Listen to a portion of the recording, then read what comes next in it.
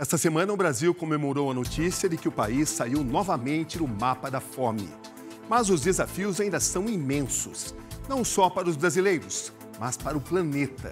Hoje, em torno de 730 milhões de pessoas no mundo sofrem por não terem absolutamente nada para comer. Os números se tornam ainda mais alarmantes quando pensamos que a população mundial segue em ritmo de crescimento. O planeta poderia estar perto do limite da produção de alimentos?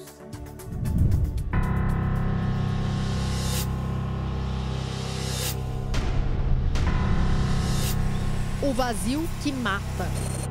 A fome, infelizmente, ainda é uma chaga que acompanha a humanidade que parece não ter fim. A fome ganha números cada vez mais alarmantes pelo mundo. Hoje nós temos em torno de 735 milhões de pessoas no planeta que agora, nesse momento, não tem absolutamente nada para comer, nem para si, nem para sua família. E os especialistas fazem um alerta. Os recursos para tentar solucionar o problema não são infinitos. A agricultura ela é extremamente dependente da natureza. Conforme as condições naturais vão se deteriorando, a produção de alimentos fica em risco.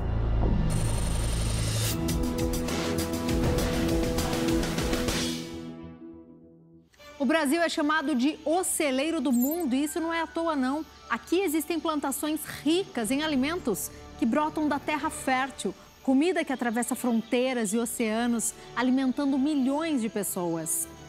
Uma população que não para de crescer. Em 1927, éramos 2 bilhões de pessoas no planeta. Em 1999, passamos dos 6 bilhões. E em 2022, ultrapassamos os 8 bilhões de pessoas. Nunca crescemos tão rápido. A população se multiplica, consome cada vez mais. Mas os recursos da terra não crescem na mesma velocidade. É como se, ao passar do tempo, tivéssemos mais gente do que alimentos. E aí o planeta sempre nos deu tanto, parece já não conseguir acompanhar o nosso ritmo. Um pensamento que já faz parte da humanidade desde 1960, quando o físico holandês Heinz von Forster divulgou uma previsão assustadora. Em 2026 viveríamos um dia do juízo final. Todos os recursos não conseguiriam mais sustentar o crescimento humano. É uma catástrofe que aconteceria no ano que vem.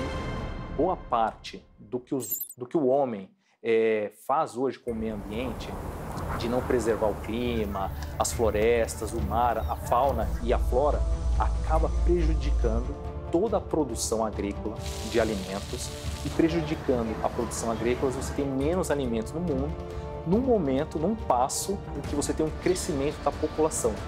Então, se você tem um crescimento da população com menos alimentos, você tende a ter o quê?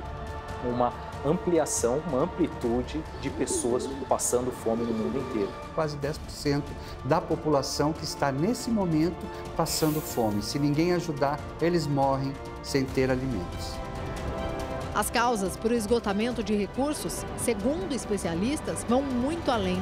Existem uma conjunção de fatores que conduzem a esse agravamento da fome. Um é a emergência climática. Outro fator são as guerras. O terceiro tipo de fator é o econômico, que vão desde as guerras tarifárias até o fato de os países, sobretudo os mais pobres, estarem altamente endividados e sem espaço fiscal para fazerem políticas públicas de assistência social ou de investimento em alimentos, né?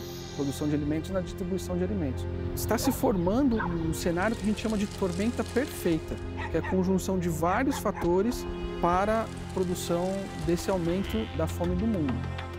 Eu estou na entrada de uma grande comunidade na zona leste de São Paulo para conversar com uma família que retrata muito bem a realidade de outras tantas famílias por aqui. Pessoas que tentam todos os dias trazer comida para dentro de casa. Essa família em especial é dividida aqui em diversos cômodos com muitas crianças. E a gente vai conversar agora com a Evelyn, que mora nessa casa também, que divide espaço. Basicamente de favor ela vive hoje. E que batalha demais para conseguir trazer alimento para dentro de casa.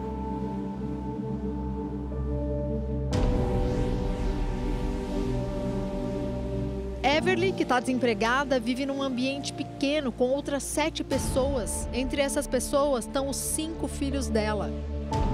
Aqui é a cozinha, né, de vocês? Sim, aqui é a cozinha da gente. Ó, tem fogão aqui que eu tô vendo. Funciona esse fogão? Então, o fogão no momento a gente não estamos usando porque estamos sem gás. Então a gente não tem como usar no momento. E se não tem gás pro fogão, vocês cozinham como? A gente ganhou um fogãozinho pequenininho, que ele é elétrico.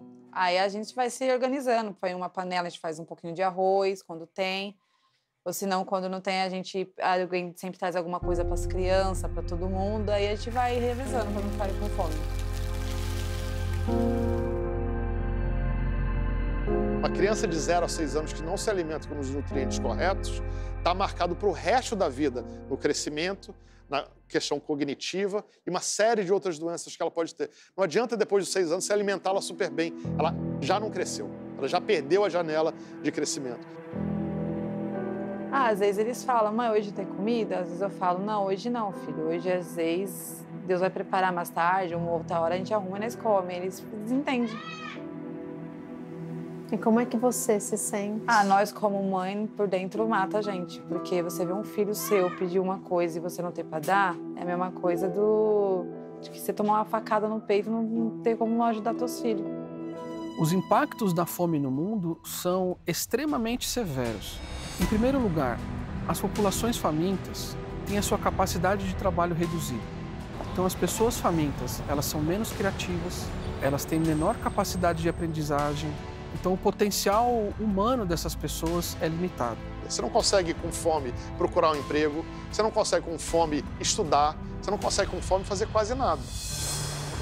Diante do enorme desafio de alimentar uma população de mais de 8 bilhões de pessoas, a indústria alimentícia se transformou para produzir mais, de forma mais rápida e mais barata também.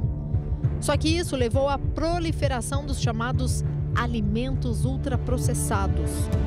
Esses alimentos não são comida de verdade, não são alimentos que vão te dar os componentes que você precisa, as vitaminas que você precisa, né, para que você consiga se desenvolver. Eles vão te dar uma satisfação, parece que enchi o meu estômago, estou satisfeito, mas aquilo ali não é bom para a nossa saúde.